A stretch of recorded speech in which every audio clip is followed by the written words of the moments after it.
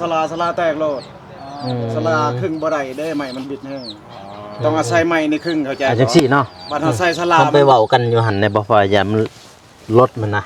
ดังไปดังมานะยังสิถามเติมอีกสร้างหั่นแหละไปเว้ากันอยู่หั่นสิ่งหันยาวประมาณเท่าใดและกว้างเท่าใดแต่ก็ไล่ว่าสังกะสีนี่ตัวยาวเท่าใดตัวยาวไว้ตัวยาวตัวนี้เนาะยาว2เมตร2เมตรมีจักแผ่นไล่เลย2เมตรเท่านี้แผ่น4เมตรมีจักแผ่น1เมตรมีจักแผ่นลบเปลี่ยนก็มีโอ้ยถ่ายอีก3 ปีนี่ก็ได้กินแล้วกดปากกดอันนี้เพิ่นแนวแรงนี่แหละหมดเครือปลูกแบบบ้านเฮาเลยพี่น้องกินข้าวแล้วบ่กินโดยได้ยังกินมานี่แกงไก่เอากินเอา2 3 4 5 6 7 8 9 10แผ่นพอดีเราปูมานี่เจ้าห้องน้ำก็ยังบ่ทันแล้วก็เร่งใส่เฮือนในก้อนพี่น้องนะแล้วเฮือนแล้วก็จึงมาสืบต่อห้องน้ำนะพี่น้องเนาะตัวหมูน้อยกับเกลือหมูแบบชนบทพี่น้องเนาะแท้นี่ก็บางครอบครัวแล้วว่าบางบ้านค่ะสิครั้งบางบ้านค่ะบ่ครั้งเด้หมูนี่ครับเบิดแล้วบ่ลูกหมูล่ะนี่ดีนี่ลูกหมูเลยนี่หาตู้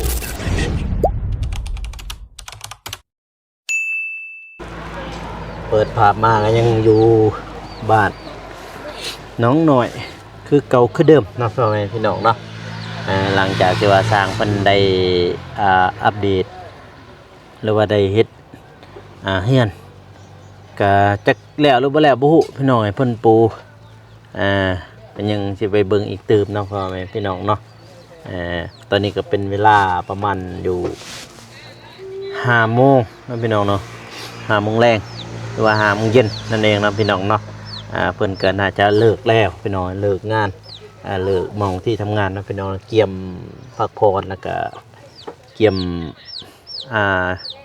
ล้างมือกินข้าวนั่นเองเนาะพ่อแม่พี่น้องเนาะ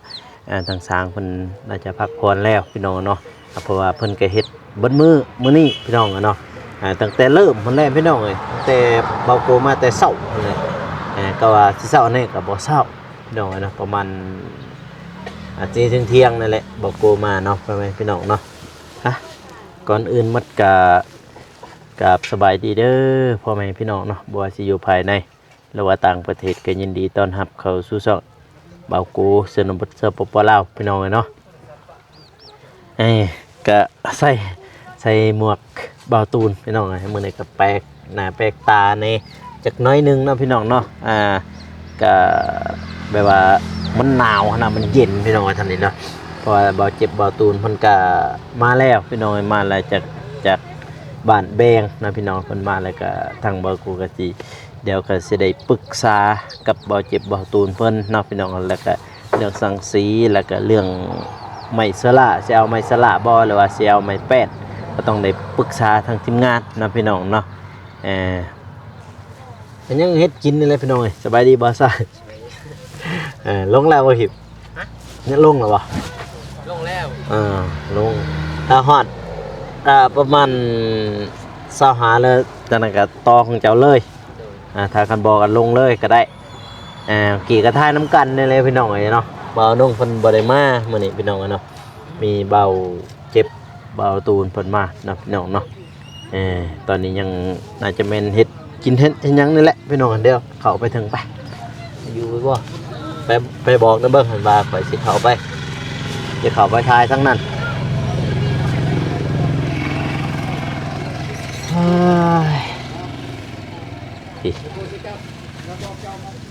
ปีถูกบรรยากาศนะพี่น้องเนาะทางบ้านน้องสน้อยพี่น้องเนาะไปชุบมาแล้วเฮ้ยตะลุ่มคนสบายดีเด้อบ่าวตูนบ่าวมิกกำลังปรึกษาบ่ปรึ กษากับสร้าง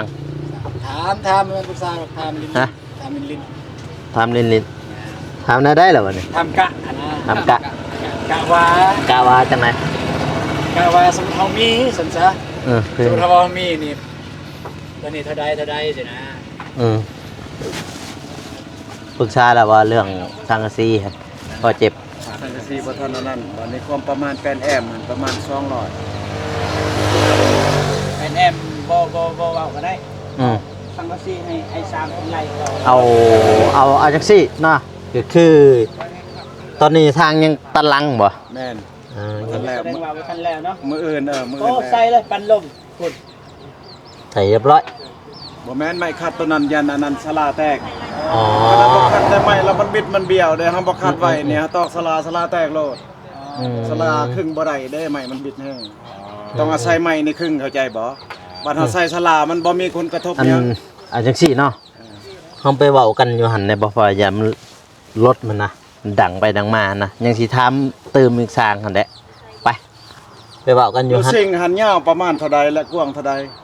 รู้สิ่งมันเกี่ยวกับเฮาคนน่ะเฮาจะต้องการเท่าใดมันยาวเท่าใดสุดเฮาสิ่งนี่มันยาวมันค่าเด้ ถ้าบ่ไปเว้าอยู่หั่นไป มันหลักไหล ว่า นะ มันนั่นก็เท่าใดก็รู้สิ่ง เอาระดับเม็ดก็ได้มันบ่ ได้ตัวอย่างสมมุติเอาไปสมมุติเนาะ ไปพุ่นก่อน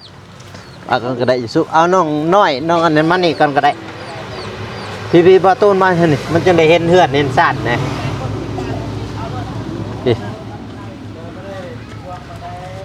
พี่มาทางนี้พี่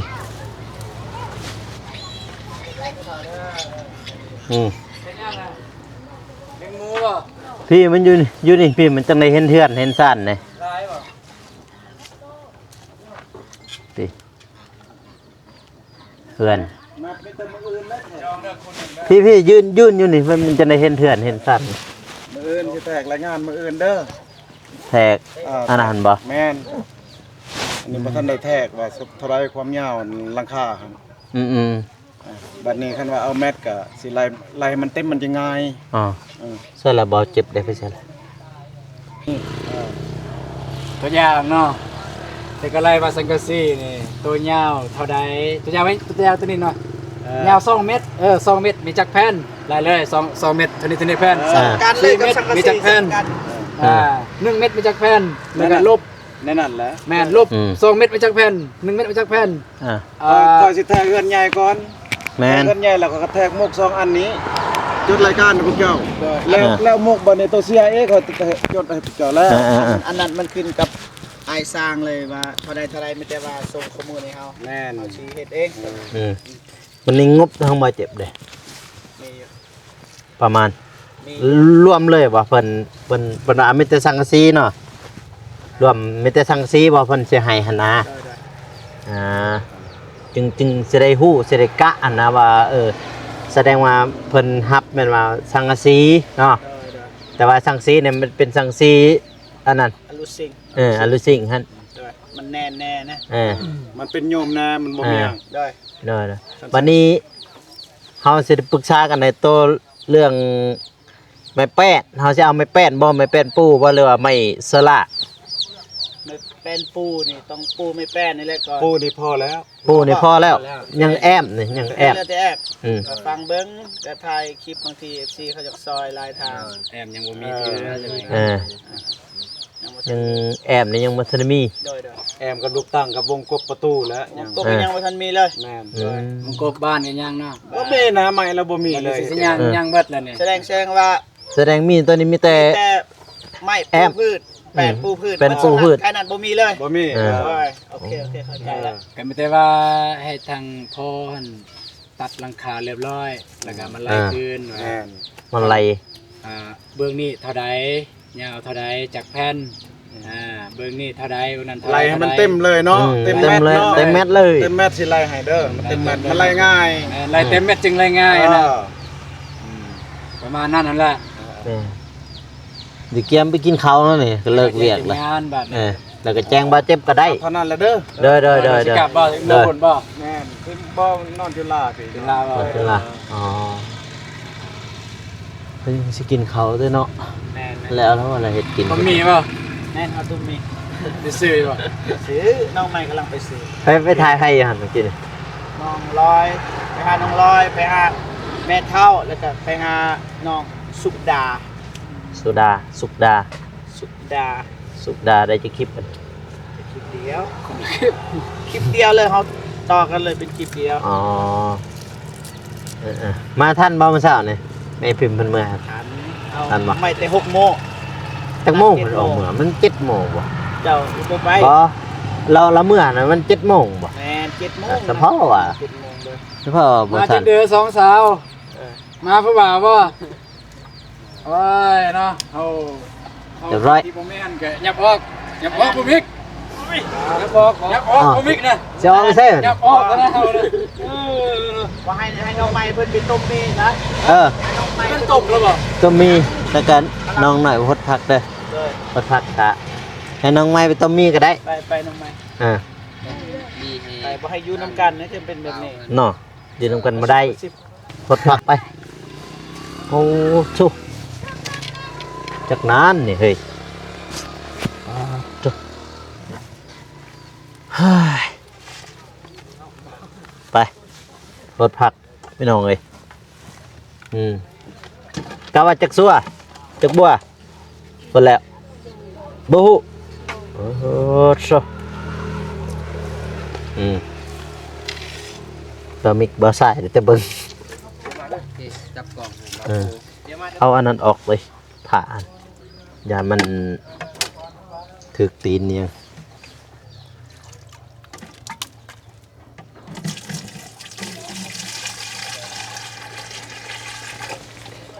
โอ้ยเมื่อค่ำเลยพระจักมันเนี่ยปกล้าอาบน้ำได้จะหน่อยเนี่ยมันหนาวบอสถ้าว่าเป็นห่วยเป็นห้องหั่นโดนลงเลยตอนน้ำพอเป็นหยัง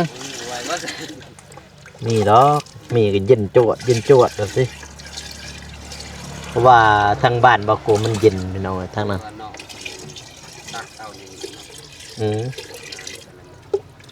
ว่ามีท่อเนาะไม่มีท่อหดไปหดเลยฉันบอกกระทากันก็ได้ฮะไปทายน้องเราก็ได้ไปให้น้องหน่อยเพิ่นหดทาเฮาโอ้ผักสลัดบอกงามๆในนั้นเว้าผักสลัดงามพี่น้องเอ้ยโอ้จบลองยังเฮ้ยฮะเห็นบ่เอาอีคูกระตุ้นอันนั้นเดี๋ยวติดไมค์กันเดี๋ยวเอาติดไมค์กันหยุดมานี่ที่ทำก่อนพวกน้องไม่มีภาษาเลยเนาะภาษาของตนเองบ่ บ่ ลาวสดเลยบ่ แม่ คิดว่าภาษาอันนั้นชนเผ่าบ่แม่นบ่ มีแต่แม่ นี่แต่แม่ โดย บัดนี้จะฮู้ว่าภาษาเจ้าอันนั้นภาษาแม่จะหั่นแหละพักอีกคู่ในภาษาบ้านแม่เจ้าเอิ้นหยัง บ่ฮู้ บ่ฮู้ โดย โอ้แล้วก็คิดว่าฮู้พี่น้องเอ้ยไปซั่นไปอีกคู่เรางามกันเนาะเคินปานนั้นพุ่นบ่ โอ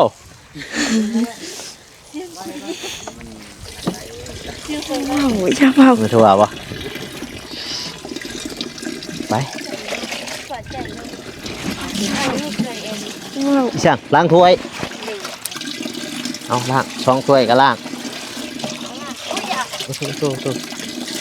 ไอ้เหยืองดิเนาะไอ้เหยืองกับตัวนี้นี่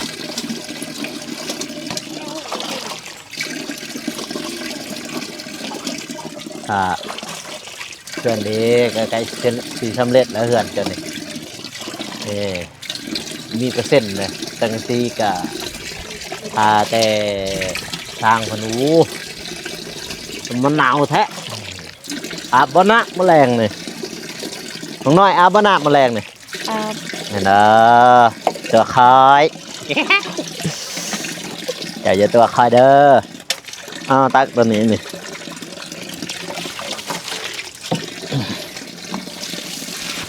น้องไม้ได้อาบน่ะเห็นบ่คอยนี่บ่ต้องตัวก็ได้ว่าอาบแล้วมันแรงนี่มันหนาวเลยเดี๋ยวเสียงเดือนบอกกันมันเป็นห่วยเป็นหยังหันครับต้วมมาเดียวข้าเดียวรถตาหัวใส่หยังหันหน้าเฮ้ยเจือกมาดึงเจือกมาดึงแบบว่าพดไปเบื้องหนึ่งแล้วก็ดีดไปเบื้องหนึ่งหันหน้าดังนั้นได้มันเป็นทางบ้านข่อยนี่ทางบ้านข่อยนี่มันจะแบบว่ามันหนาวแล้วก็เย็นพี่น้องเนาะถ้าเมื่อซ้ำนี้นี่ท่านเมื่อซ้ำนี้เมื่อท่านนี่ก็ต้มน้ำก็ได้ต้มน้ำอาบบ่ท่านก็จวดน้ำเย็นไปเลยไปโดดส่วนผักแล้วนี่ธรรมดาเด้อจะโหดใส่เลยเอาโหดบัดนี้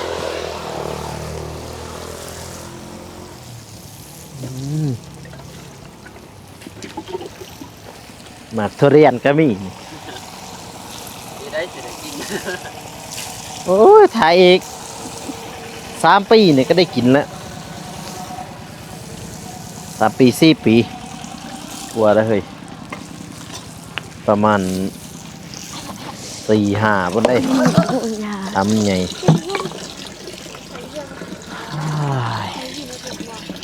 กาแฟแล้วก็มี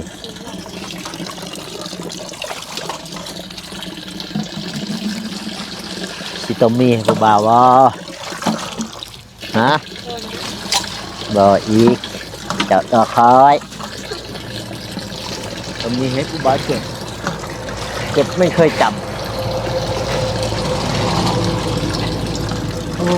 ยน้องเอ้ย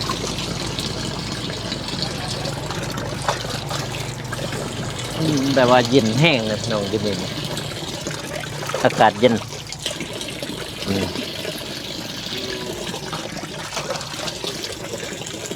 อยู่หันยังเย็นกว่านี้อยู่บ้านค่อยฮะพอขึ้นไปเท่านั้นประมาณจากความสูงจากหน้าน้ำทะเลอยู่บ้านเบาโกหันประมาณอยู่900 เมตร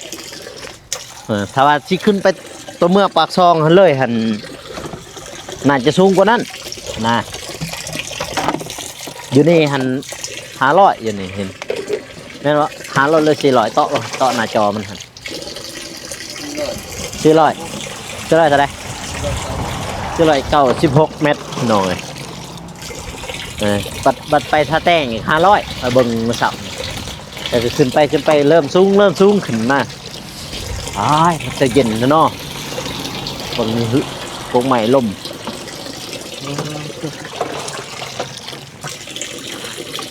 เดี๋ยวมันล่มนะอยู่นี่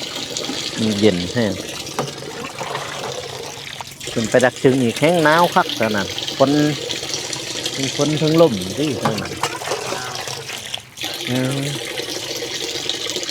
มันเย็นเนี่ย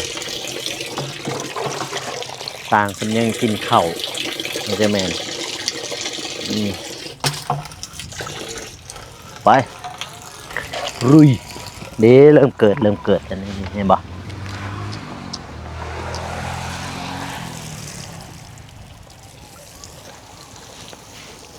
พักอีกอย่างนี่เนาะนี่ ผักกาด ประกาศ โดย ตัวเจ้าฮดเลยประกาศกันบ่ตัวเจ้าฮดกับประกาศบ่ แมน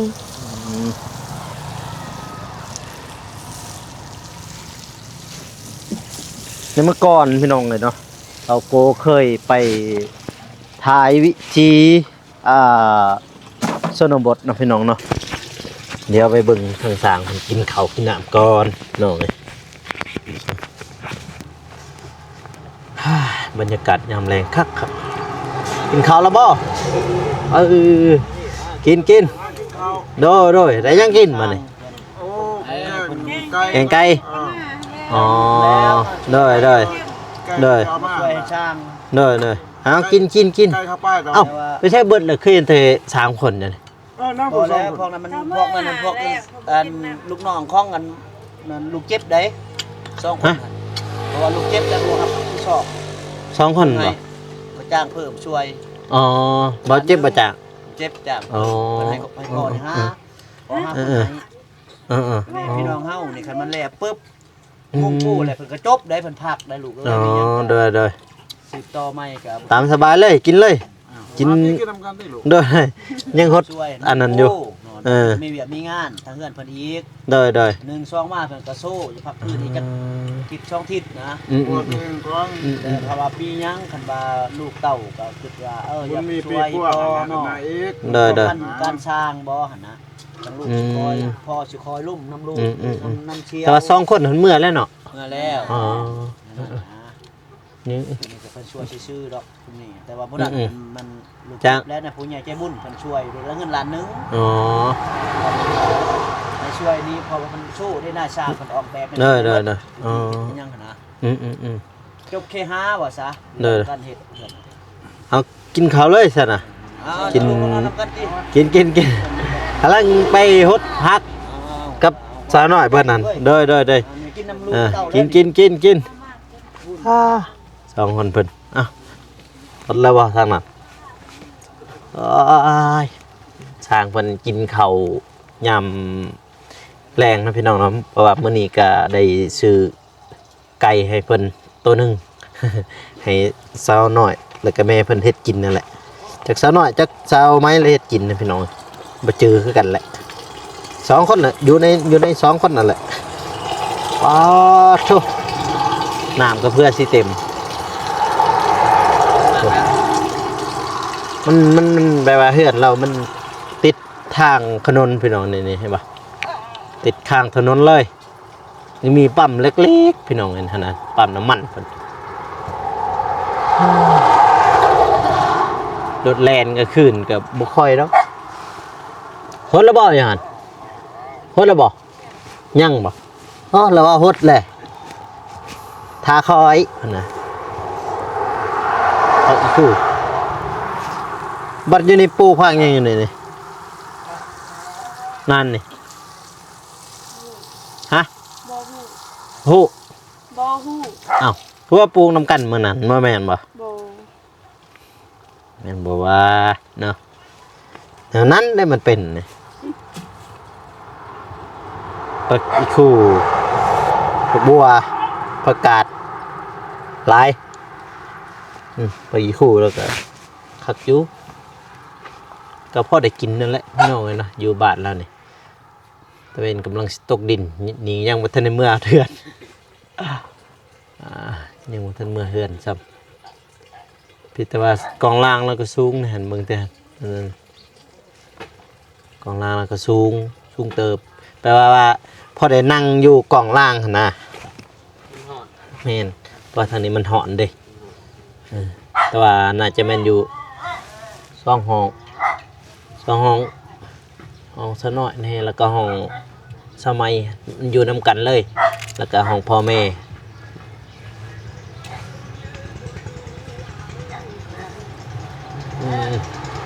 บ่เจ็บยังให้สาวไม่เพิ่นต้มหมี่ติต้มหมี่ให้กิน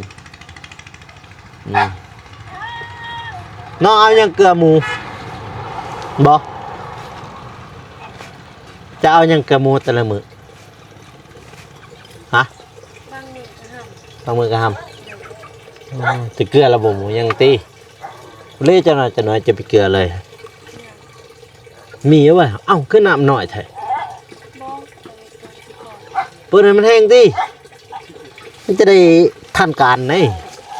เนาะเต็มเลยว่าหันเอ้ยขันยังจะนาน1 2 3โอ้ยังหลายดึกๆมะเขือในกระเมนนี่นี่ช่างเปิดขึ้นน้อยแท้เขาว่าจีนี่กล้วยในของไผ่กล้วยนี่ผมพวกน้องบ่ฮะ กองยา อ๋อของยาแล้วปลูกจนหอดสายไฟไปเลยปลูก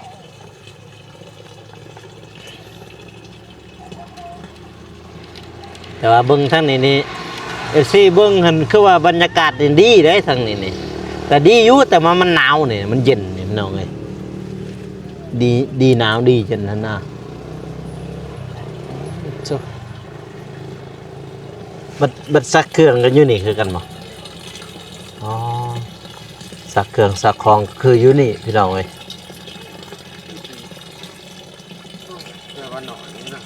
นี่แหละนี่ใส่นี่แหละนี่เบิ้นแฟบตัวคอยซื้อมื้อนั้นบ่อีกนัดเดียวมันก็ได้ปีได้เฮ้ยมันก็ดนเลยมันก็ได้ปีได้มือมันก็ฮอตมือฮอตยามมันก็สิเบิดมีเหรอหำมันหำเกลือหมูนะ บ่ เอาเกลือกับยังไงมันนี่ เลือกกล้วย อยู่กล้วยตัดต้นมันบ่ นี่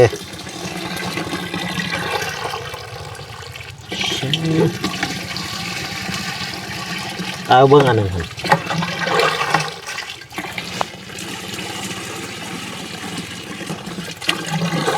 บ่มีท่อเนาะมีท่ออะไรกะปั๊มลงมาใส่อันนี้แล้วก็จึงโหดแบบบ่ต้องโต้งใส่นี่เห็นนะถ้าตรงตักนั่นนี่น้ำมันสิเฮีย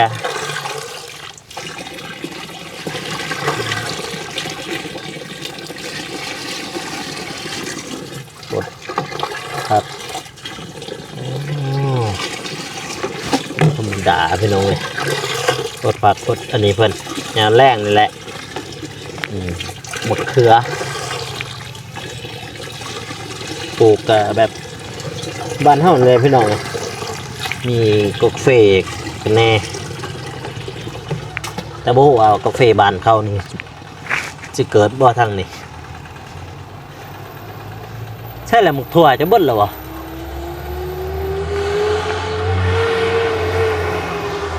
เขาจังว่าเห็นมื้อนั้นหมกถั่วโอ้เขาอีกคู่เหรองาม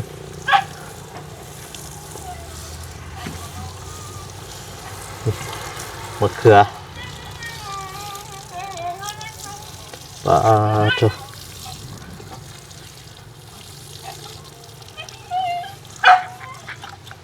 มาเนี่ยก็เฮาเลยอยู่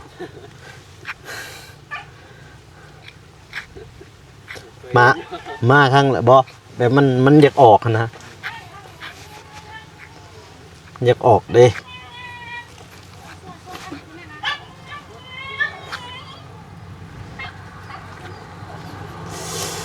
หนาวเท่าดิเอายังลูกพี่เบิ้งเดี๋ยวจะไปเบิ้งเขาแอบเขาปูมันแค่แอบไปเบิ้งเขาปูก่อนนี่แหละเขาปูเพื่อนเขาใส่มือนี่ดูเฮ้ยไปลุ้นเฮ้ยจุ๊บขอโทษฮึบมาฟองเฮาเราปูได้ครึ่งนึงพี่น้องเลยพี่พี่แล้วเราปูบนนี้นี่คัก1 2 3 4 5 6 7 8 9 10แผ่นพอดีเราปูมานี่10แผ่นกะอย่างว่าสูงนี่เนาะเพื่อนแล้วนี่สูงได้อยู่บางนี่พี่น้องนะ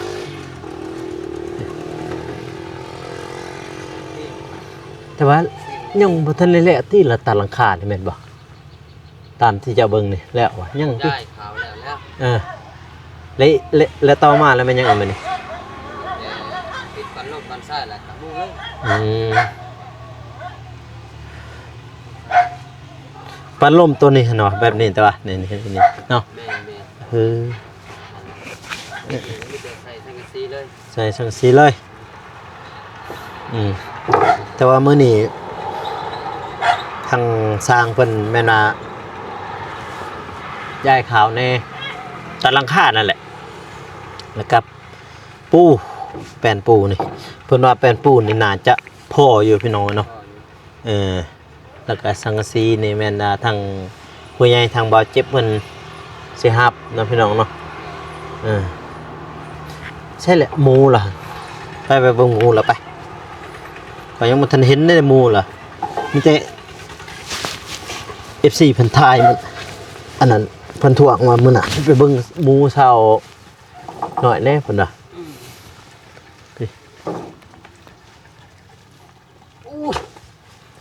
โดนแล้ววะนี่บ่หมูมันเขาหนักบ่ปูชุหมูไผ่ตัวนี้ใช่อันนั้นของหนักอ่ะมันนั่นแม่นบ่โอ้ชุโหดเฮ้ยของหนักปู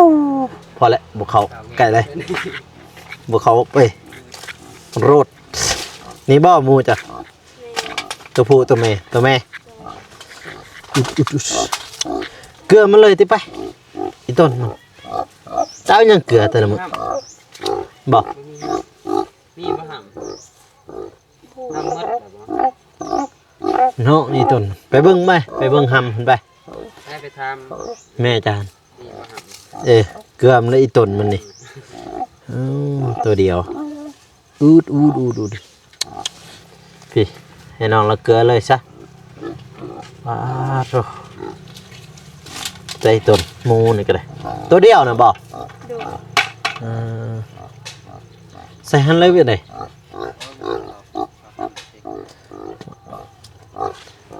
มีไม้อยู่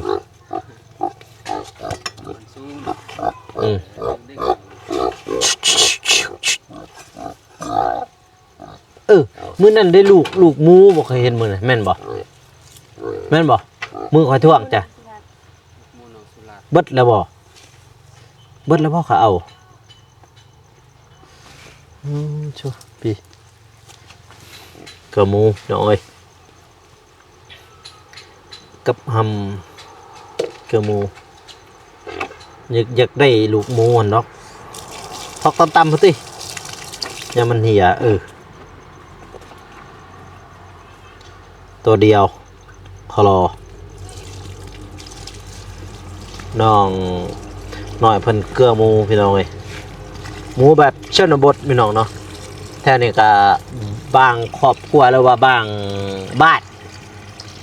านค่ะสิครั้งบางบ้านค่ะบ่ครั้งเด้หมูนี่ครับปล่อยธรรมชาติแม่นบ่ทางดักจึงมันปล่อยเลยทางนั้นปล่อยธรรมชาติเลยจึงปล่อยเฮาขึ้นไป เอ้ยสุดยอดเลยแล้วเนาะบัดนี้น่ะหั่นบ่น้องหมูน้องสลับไป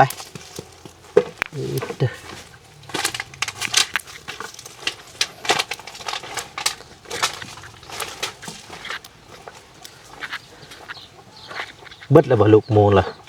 นี่ดินี่ลูกหมูเลยนี่หาตู้ ลูกหมูนี่แพงเถอะเขาอยากได้ให้แม่เขาเลี้ยงประมาณนั้นอยากแบบว่าอยากได้นะพี่มาเบิ่งอันนี้กันมานี่น้องน้อยในมื้อนั้นนะพี่น้องเนาะได้ยินพอแล้วว่าพี่น้องนะอันนี้เนาะห้องน้ำพระเจ้าเนาะแต่ว่าบ่ทันได้แลกด้วยพี่น้องเพิ่นยังเข้าห้องน้ำตอนนั้นอยู่แต่บ่ได้ถ่ายให้พี่น้องได้เบิ่งดอกห้องน้ำหั่นโหดโพดมีแต่ไม้ที่ช่างไม้ขีบจังซี่แล้วก็ยืนลงหั่นนะแต่ห้องน้ำก็ยังบ่ทันแล้วก็เร่งใส่เฮือนในก่อนพี่น้องนะแล้วเฮือนแล้วก็จึงมาสืบต่อห้องน้ำนะพี่น้องเนาะกับประมาณนี้พี่น้องเนาะมื้อนี้ก็ได้เห็นวิธีชาวชนบทวิธีชาวชนเผ่านะพี่น้องเนาะการดำรงชีวิตของเขาในเขตนี้นะพี่น้องเนาะก็คือโคตรพักเกลือหมู แต่ว่าฟื้นนี่ถ้าเบิ่งEP หรือว่าคลิปต่อไปเนาะพี่น้องเนาะการพาพื้นนี่ยังนี่แหละการดำรงชีวิตก็คือบาวโกทายให้พ่อแม่พี่น้องเนาะได้เบิ่งเฮ็ดสวนเฮ็ดผักเป็นของตนเองนะพี่น้องเนาะปลอดสารพิษเนาะแต่ก่อนก็บาวโกเคยไปถ่ายคลิปในบ้านกันดอนเนาะพี่น้องเนาะน้องดาแล้วก็หดผักหดหยังนี่แหละสวยเพิ่นพี่น้องเนาะแต่ก่อนบัดนี้ก็เลยมา